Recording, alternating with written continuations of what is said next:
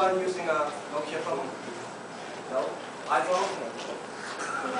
Great. Although I'm a big fan of Nokia, well, actually I'm using an iPhone. But that's the problem. What's the problem? The problem is why. In order to figure out why, we are going to take the subway for a little field trip today. So we start at this station. So I'm going to give you a little bit information about it. So Nokia was the largest cell phone vendor in the world. iPhone was launched in 2007. So, and this is my thesis. Despite the changes Nokia has made in smartphones since 2007, it cannot compare with Apple's market share in China and the United States. Okay, we'll be moving down to the next station. What changes Nokia made? So Nokia had multimedia entertainment and great music service in China, OV store around the world, NFC in America, Windows Phone in China and America. Well, but take a look at the first one. Well, since it seems one single iPhone has both of these features, right? So, iPhone 1. OV store. Well, take a look at the statistic. 1.5 million downloads versus 3.5 million downloads. Apple One.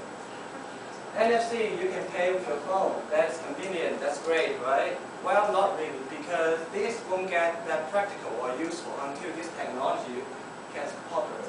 Well, so compared to iPhone 4 with HD video recording and FaceTime, iPhone is better. iPhone is better because it's more practical. Windows Phone, it was so as well as iPhone 4 in April. Good, right?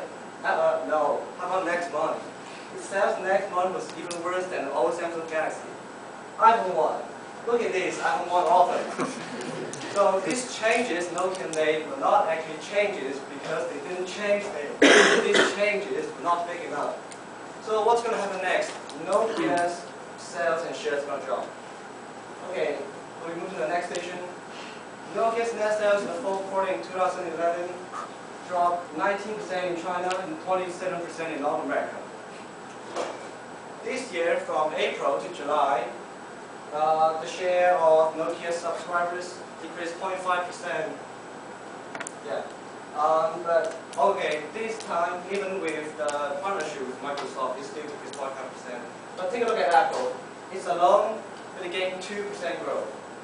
Okay, we're going to transfer to the orange line and then the purple line.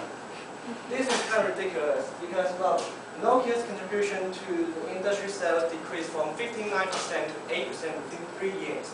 Only 3 years. Okay, we keep going up. This is the future smartphone market in China. People want to get an iPhone better than a Nokia phone. Why? If iPhone is better, why Nokia? Okay, as you can see, we passed the blue line again, and we're going to ignore it again. Okay, revenues and profit diverging. If you're taking Cal 2, you should be familiar with the diverging graph. So what it's basically saying is Nokia is selling more products, more phones, but actually making less money out of it. So Nokia is dying, right? Because you eventually hit the zero profit and then die and then game over. Okay, finally we're here. Last station, the conclusion. Since Nokia keep making these small changes, which Nokia thought they would actually help, but actually they didn't. Therefore, eventually, not eventually.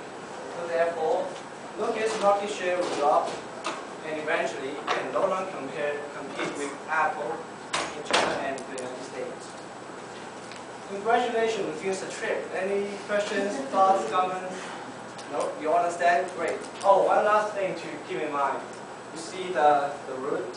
The shape is like a loop, a cycle, which symbolizes the fate of Nokia. So if you keep making small changes, the shares and shares and sales will drop, and then it will get harder to compete with Apple. And repeat the whole thing again, it will get even harder to compete with Apple. And it goes again, and eventually it will be impossible for Nokia to compete with Apple in China and the United States. Thank you.